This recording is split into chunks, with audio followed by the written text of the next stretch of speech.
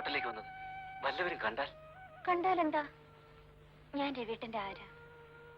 മുറപ്പെണ്ണല്ലേ? അതിപ്പോ അച്ഛൻ സമ്മതിക്കില്ലെന്നായിരിക്കും. ലോകത്ത് ആരെതിർത്താലും രവീട്ടനില്ലാതെ എനിക്ക് ജീവിക്കാൻ സാധിക്കില്ല. പറയൂ ചേട്ടാ, ചേട്ടന് എന്നോട് സ്നേഹമില്ലേ? എന്റെ പ്രാണനേക്കാൾ നിന്നെ എനിക്ക് സ്നേഹമാണ് മീനെ. എന്റെ ചേട്ടാ, മൃഗമേ, നിനക്ക് എന്റെ മുമ്പിൽ എങ്ങനെ ധൈര്യം ഉണ്ടായി? താഴെ കുത്തിയ ബിഷപ്പാമ്പാണ് നീ. അമ്മാവനോ? അങ്ങനത്തെ ബന്ധത്തെ പറ്റി നിനക്ക് ഓർമ്മയുണ്ടായിരുന്നെങ്കിൽ നീ ചെയ്യുമായിരുന്നു. നിങ്ങളൊന്ന് സമാധാനിക്കൂ. അവനൊരു തെറ്റ് പറ്റിപ്പോയി. രവി മറ്റാരും അല്ലല്ലോ, നമ്മുടെ സഹോദരന്റെ മോനല്ലേ, വീണിടം മുറച്ചെറുക്കൻ. എന്റെ മകളുടെ മുറച്ചെറുക്കനായിട്ടാണ് ഞാൻ അവനെ വളർത്തിയത്. ഏതായാലും സംഭവിക്കേണ്ട സംഭവിച്ചു. ഇനി ബഹളം ഉണ്ടാക്കി നാട്ടുകാരെ അറിയിച്ച നമുക്ക് തന്നെ അപമാനം. അച്ഛനും അമ്മയും ഇല്ലാത്ത നിന്നെ സ്വന്തം മകനെ പോലെ ഞാൻ എടുത്തു വളർത്തി. നാട്ടിലെ പഠിപ്പ് കഴിഞ്ഞിട്ട് വിദേശത്ത് ഉപരിപഠനത്തിന് അയച്ചു.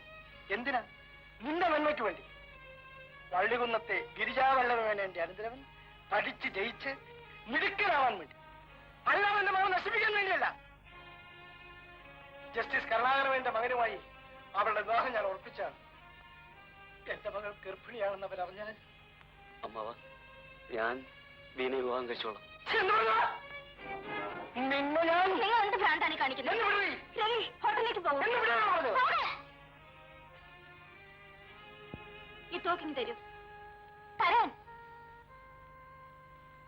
അവിടെ ഇരിക്കൂ.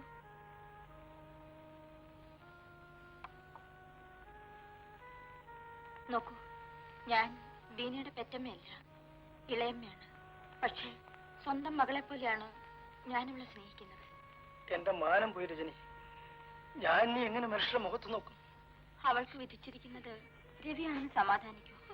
അവനെ കൊന്നാൽ വീണ വിധവയാകും. അച്ഛനില്ലാത്തൊരു കുഞ്ഞിനെ പ്രസവിക്കേണ്ടി വരും. അതിൽ കവിഞ്ഞൊരു അപമാനം നമുക്കുണ്ടാകാനുണ്ടോ? രവി പഠിത്തം നിന്നിവിടെ നിൽക്കുന്നതിനിടയിൽ നമ്മൾ അറിയാതെ ഒരു ബന്ധപ്പെട്ടു. അവൾ ഗർഭിണിയായി.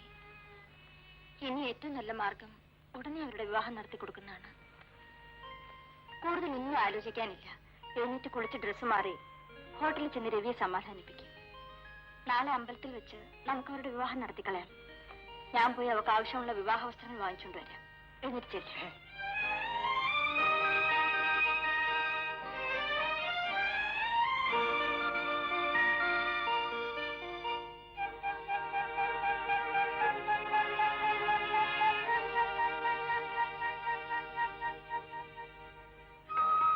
പഠിത്തമൊക്കെ കഴിഞ്ഞല്ലോ. ഇനി എന്താ അടുത്ത പരിപാടി?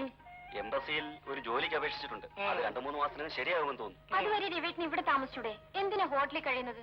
പലരും ദിവസേന കാണാൻ വരും. അതിന് ഹോട്ടലാണ് കൂടുതൽ സൗകര്യം. അതാണ് ഫോറിൻ എറ്റിക്കറ്റ്. എടി, അവൻ എന്താണ്? അച്ഛാ, ഞാൻ പറഞ്ഞ കാര്യം.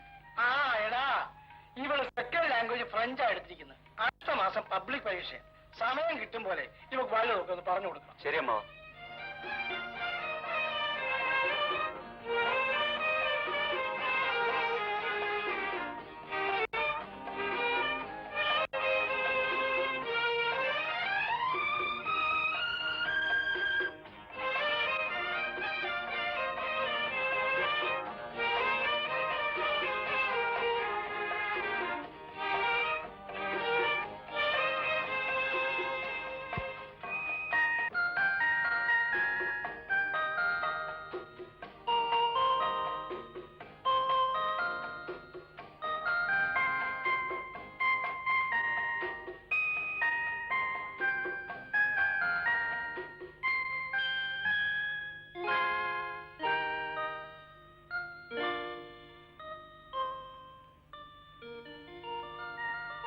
കുഞ്ഞെ, എന്താ ചാലു? കാപ്പി ആറ് തണുത്തിരിക്കുന്നു.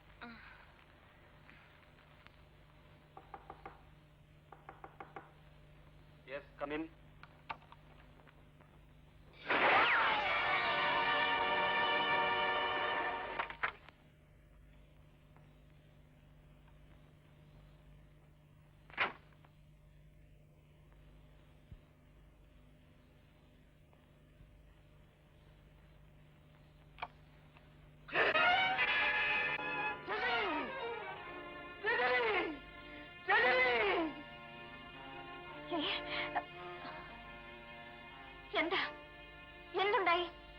പറയുന്ന രവിയെ കൊന്നു. ഈശ്വരാ, നിങ്ങൾ അവളെ കൊന്നോ? നിങ്ങളുടെ മകളുടെ ജീവിതം നിങ്ങൾ തകർത്തോ? ഞാനല്ല കൊന്നത്, എന്നെ വിശ്വസിക്കൂ.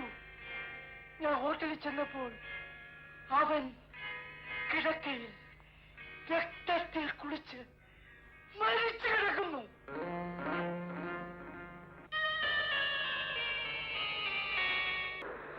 Good morning. Left right, left right, left right, left right. Hard right turn, left turn. ഓ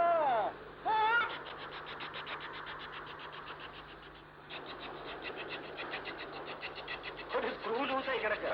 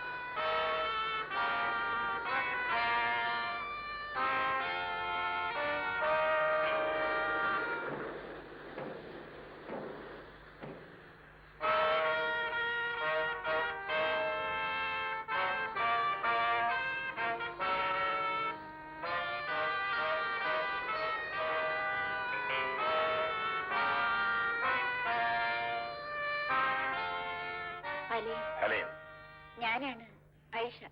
ഓഹോ, മിടുക്കി. ഇയാൾ അലി എന്റെ ബോഡിഗാർഡാണ്. I C. വളരെ സന്തോഷം. എന്റെ സഹോദരി രജനിയുടെ എന്തെങ്കിലും മെസ്സേജ് ഉണ്ടായിരുന്നു? യെസ്, നിങ്ങൾക്കെല്ലാം കാത്തിരിക്കുന്നെന്ന് അറിയിച്ചിട്ടുണ്ട്. I C. ഞങ്ങൾക്ക് കഴിയും വേഗം പോണം. എല്ലാ ഏർപ്പാടുകളും ചെയ്തിട്ടുണ്ട്. വരും, നമുക്ക് വീട്ടിലേക്ക് പോകാം.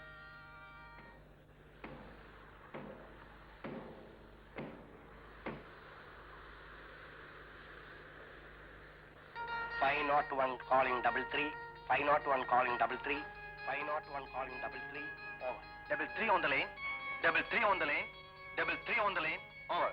An important message.